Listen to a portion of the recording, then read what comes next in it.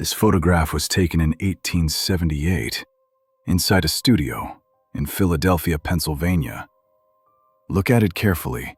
A family of 5, dressed in proper Victorian fashion, rigid posture, serious expressions. Everything appears normal, at first. But look closer. In the back row, between the parents, there is a boy, standing exactly as if he were alive. The disturbing truth is this: that boy had been dead for 4 years. His name was William Matthews. He died in 1874, at only 12 years old. He was buried in a cemetery outside the city. Yet here he is, appearing in a photograph taken years after his death. And this was not the only image. William continued to appear again and again, always looking exactly the same, never aging, never changing. This photograph captured something impossible: a dead boy returning, challenging everything Victorian society believed about death and about reality itself. William Matthews was born on March 22, 1862, in Philadelphia, the only son of Thomas and Eleanor Matthews. His father was a successful merchant, owner of a profitable shipping business. His ships crossed the Atlantic, carrying cotton, rice, molasses, manufactured goods. Eleanor came from a prominent family: textiles, real estate. They were wealthy, respected, frequently mentioned in society pages. William had 4 older sisters. His birth was celebrated, the long-awaited heir. Expectations surrounded him from the beginning. He grew up near Rittenhouse Square, attended elite private schools, learned French and German, studied mathematics and rhetoric, all in preparation for a future already decided for him. Yet William himself was unremarkable. By every surviving account, a normal boy. Nothing suggested what was coming. In the winter of 1873, William became ill. It began as a fever. Common, unremarkable. Dr. Samuel Hartwell was summoned, one of Philadelphia's most respected physicians. At first, there was little concern, but the fever worsened day by day. Treatments failed. Pneumonia set in rapidly.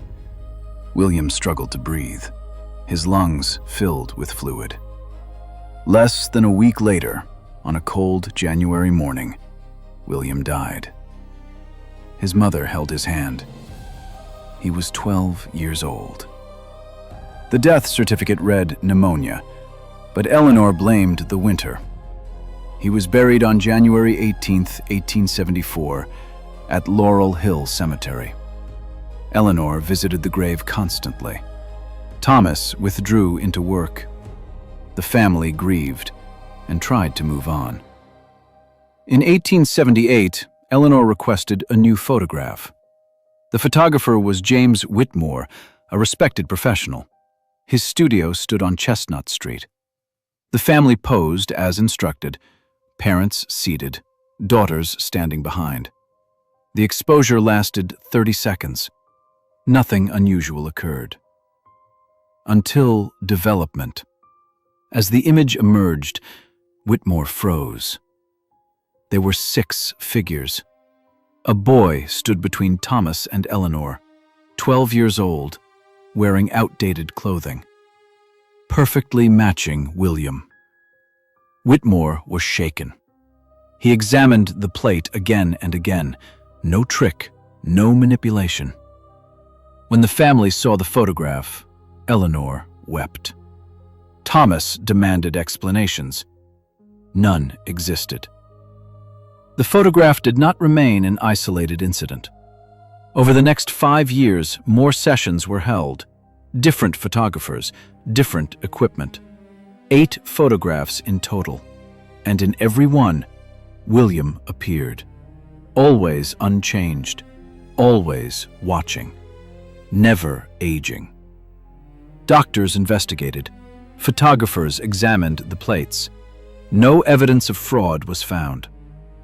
By 1883, the family stopped. Eleanor's health declined. William appeared one last time, then never again. The photographs still exist, preserved in archives, examined by modern experts. No definitive explanation has ever been found. Was it an unknown technical phenomenon, a psychological manifestation, or something beyond science? William Matthews appeared after death, consistently, repeatedly, undeniably. And then he vanished. Why? We do not know. If you want more stories like this, historical mysteries, impossible photographs, then subscribe and turn on notifications. More macabre stories await. Until next time.